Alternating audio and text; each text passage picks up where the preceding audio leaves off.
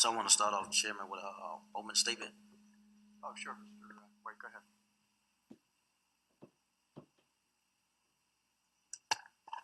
Thank you. Good morning, everyone. The Reunion Square Tax Increment Financing Act of 2018 offers tax increment financing for a mixed-use project in Ward 8. The TIF will support certain infrastructure and site costs for approximately 560,000 square foot development across from three buildings adjacent to Martin Luther King Jr. Avenue and across from the Big Chair. This proposal is in the aggregate amount of not to exceed $60.8 million to support the eligible components of the project.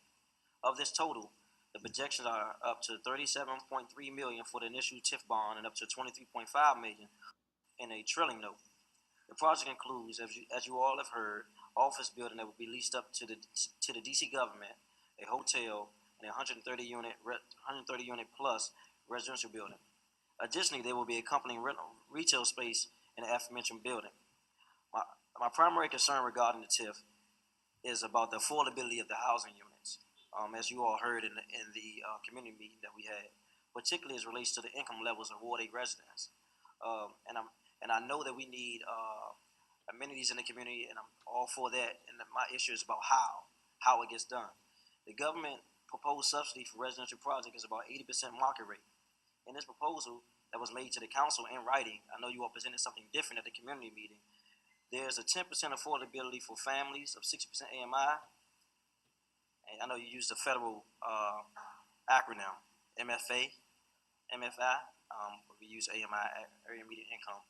10% affordability for families at 80% AMI, which are 13 units. And meanwhile, the average income of Ward 8 residents are about $30,000 a year. So the question the community keep raising over and over to me as a leader is, who is this for? The community is also concerned about the rising taxes that will be affected by a huge development coming to the community. And we want to make sure this is an equitable deal, that people in the community are part of the process. And there was also concerns, as you know, about the community meetings that were held in the community. People said that they didn't know over and over again. So I'm not sure your outreach methods are getting to the community, but we addressed that some of that today. Majority of residents in my ward are renters, many whose affordability covenants will expire in the next few years.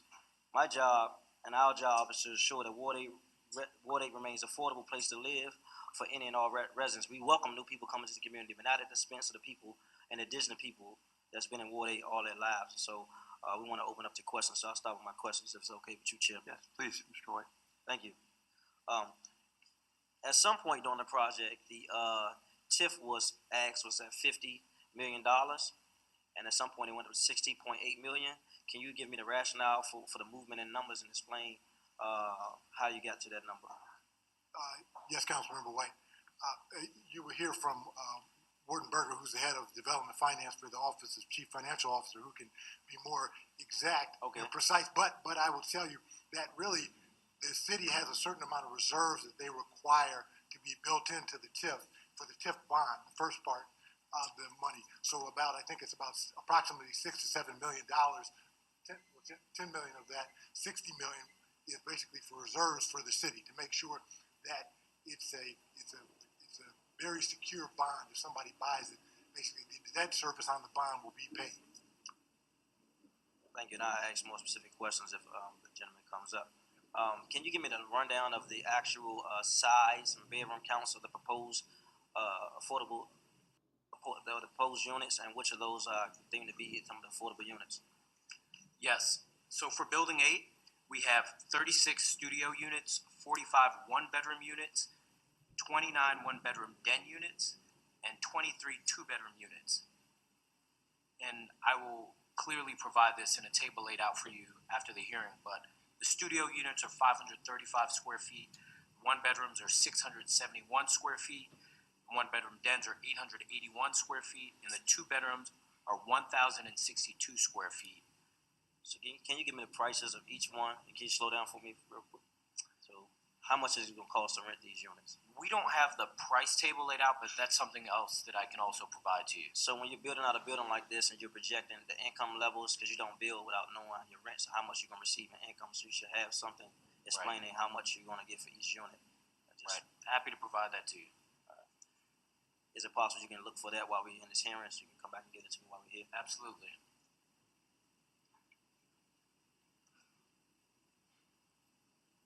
So there was also a building one that was proposed prior to me becoming a council member that's supposed to be built by you guys. That's supposed to be an affordable unit. At some point, that never happened. Could you explain to us what happened with that first building that never got built? As we were nearing the anticipated start date of the first residential building in Reunion Square, which is the one that's 80% affordable that my colleague Marcus referred to, we were also beginning to get significant traction with the three buildings that are part of the TIF subsidy request. And at that time, there was significant concern amongst the owners about how to stage the construction of these projects because they're all within a sort of 2-block area, and more importantly, how to ensure that they phase the entire project so as not to have a material impact on the levels of parking provided at all times to serve current and future building tenants. We have several of the buildings that are fully leased, some to DC government agencies, and they are all surface parked in the area where building one is planned for. That resulted in a delay to the anticipated start to building one. We did receive a construction extension that requires us to start construction by May of 2020. But there was a process. You're getting all the approvals you need to get started on a building, which most of that was taken care of, though, correct? Correct. And so I still haven't heard why it didn't get started. You're saying that you're trying to map out which part of the construction to do first, but the other part wasn't even clear during the time you made the decision to build the first building, correct? Can you repeat your question? I'm not sure I understood it. So you went through a process through zoning, correct, to get this building, all the permits to build this first building, correct? And during this process, the other buildings, you don't even have the financing already lined up for the other buildings the way down the line that you're talking about now. And so there has to be some legitimate reason why that so-called affordable building never went up, and I'm still waiting to hear about what happened with that building. If I may, the bottom line to it, council member, is that because they have existing office tenants, this is in the Big Chair, the landowner owns all the land on the Big Chair site. There's a number of existing office tenants, and there's one big parking lot. So for them to stage building one, they would have pretty much had to shut down most of that parking lot. And then we were getting traction with these three buildings we're here for today as well. So it just didn't work out timing-wise, but we're committed. I think we put on the record, we're gonna build that building, and we're gonna start by May 2020. So those affordable units will be built. All right. So, from the meeting, a lot of the residents was talking about, they're in Ward 8. There are a lot of families in Ward 8, right?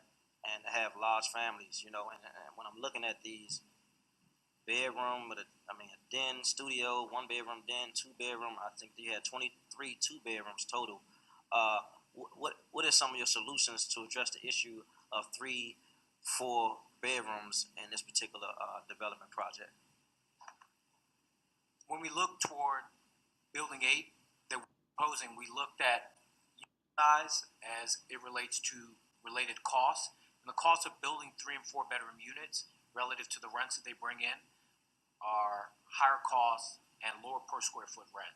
So being able to finance this project, providing studios, 1 beds and 2 beds, which this market has shown a demonstrated demand for, we thought that this was the best type of housing given the financing and the structure that we had in place.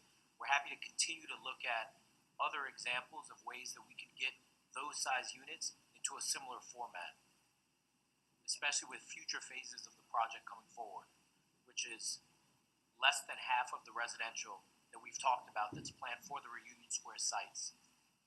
One of the other concerns that I know I had was that the government is using tax dollars to supplement this project, then in turn has to go back and rent a building from you all.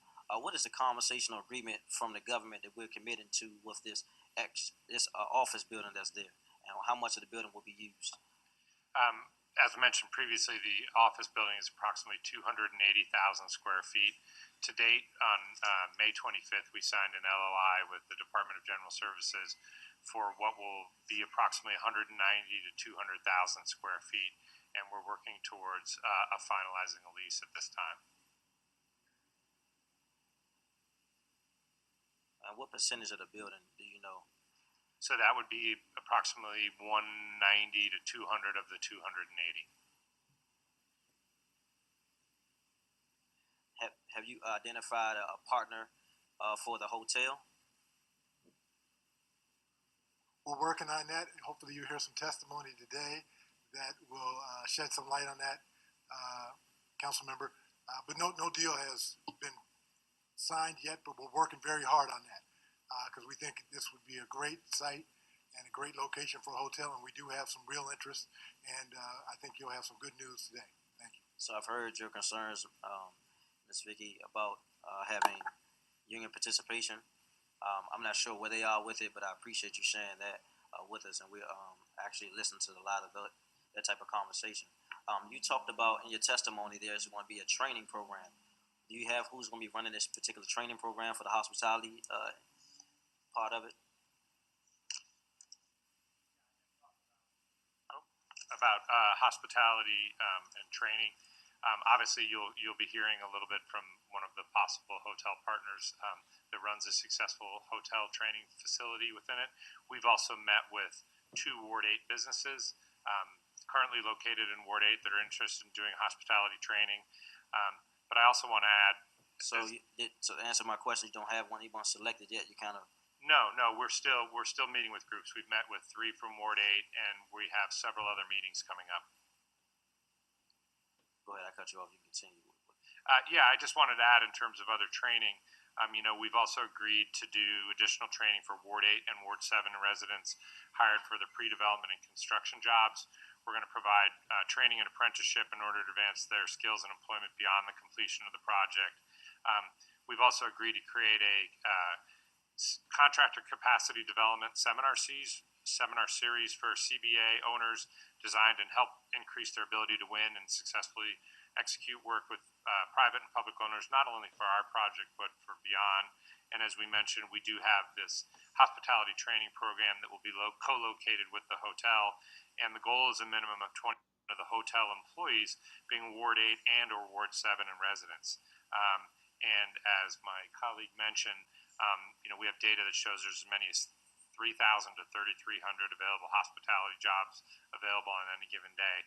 So we do see this as a potentially great program for both wards east of the river to get training at all different levels of jobs, and then move into either the hotel that's on site and or other hospitality opportunities across the city.